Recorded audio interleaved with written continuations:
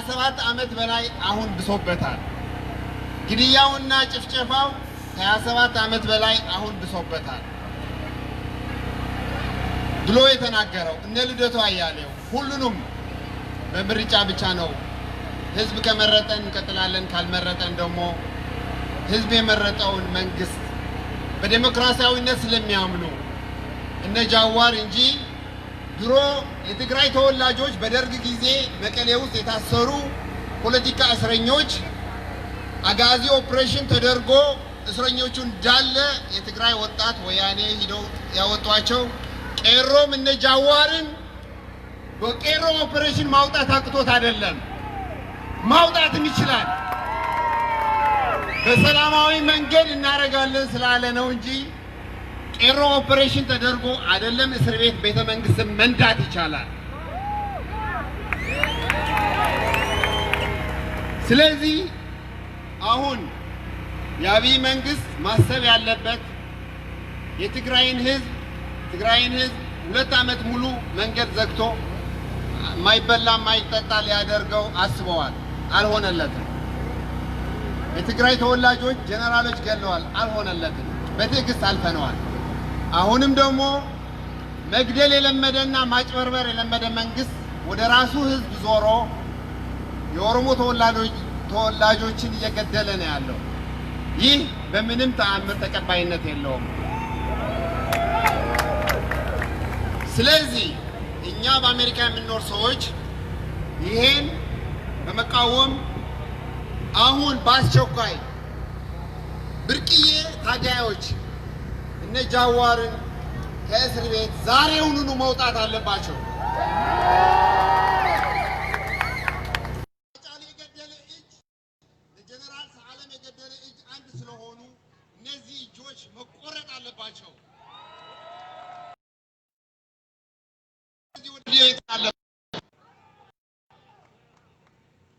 We are from Tigray community and our solidarity will continue with Oromo, Amhara and tribes of Ethiopian as always.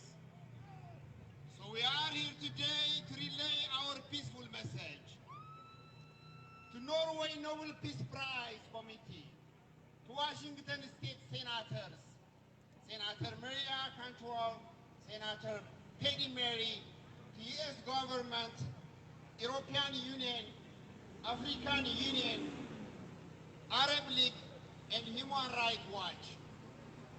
Many past and contemporary dictators suffer from extraordinary high level of narcissism, psychopathy, and paranoia.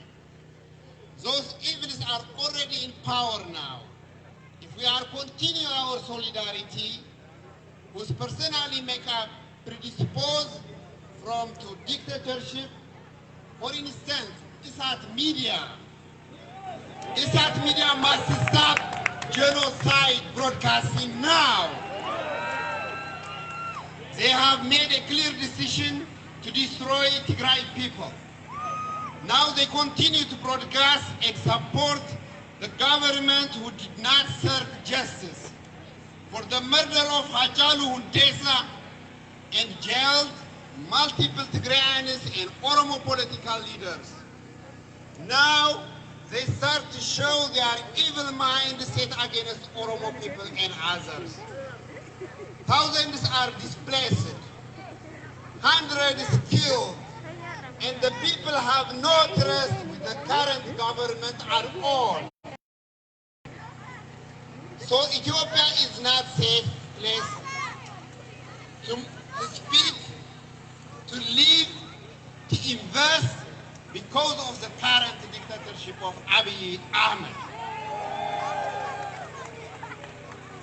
The Abiy administration dictatorship has become a real threat not only for Oromia but also for Tigray, for Amhara, for South and all Ethiopians.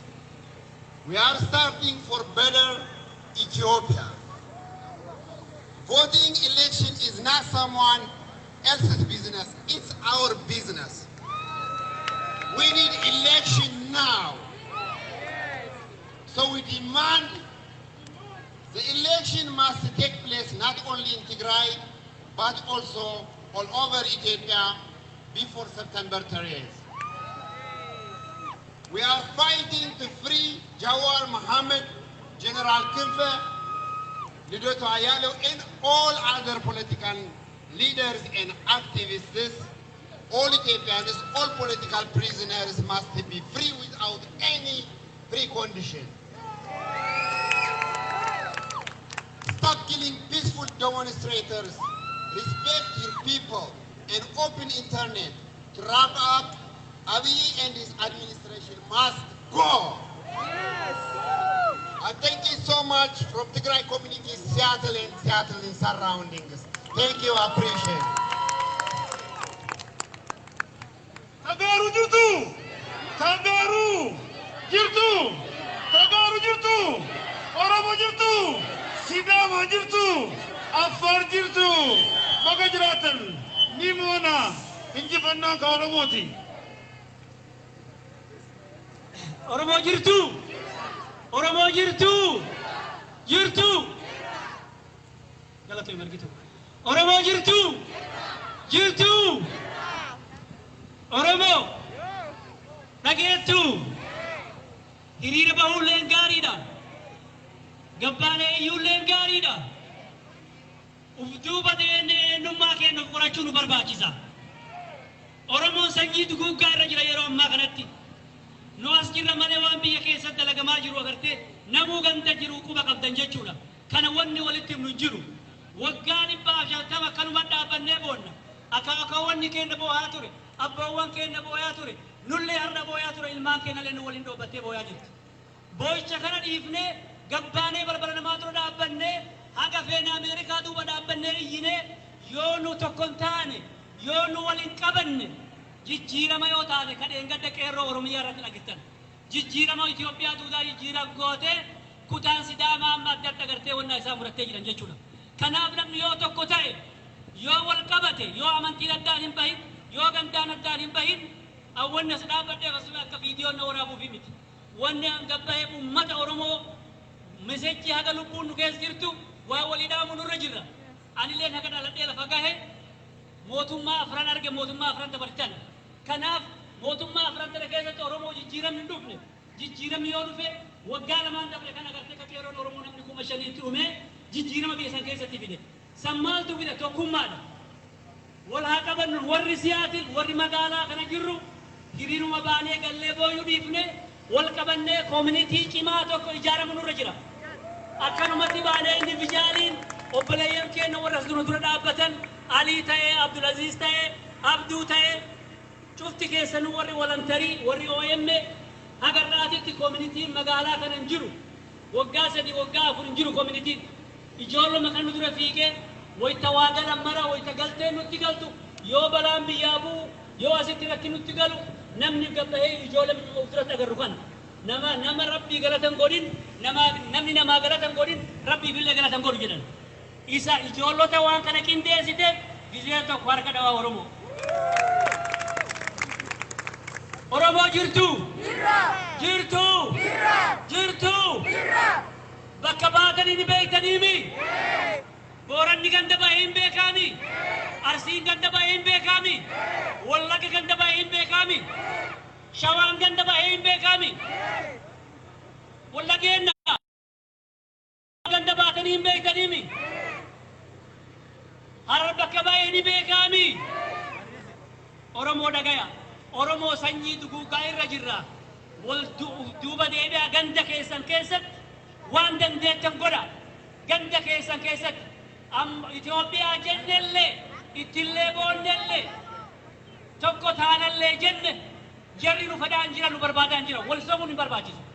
Wal sobuun hin barbaachisu. Itoophiyaallee jenne ittillee boonne jarri nu fedhan.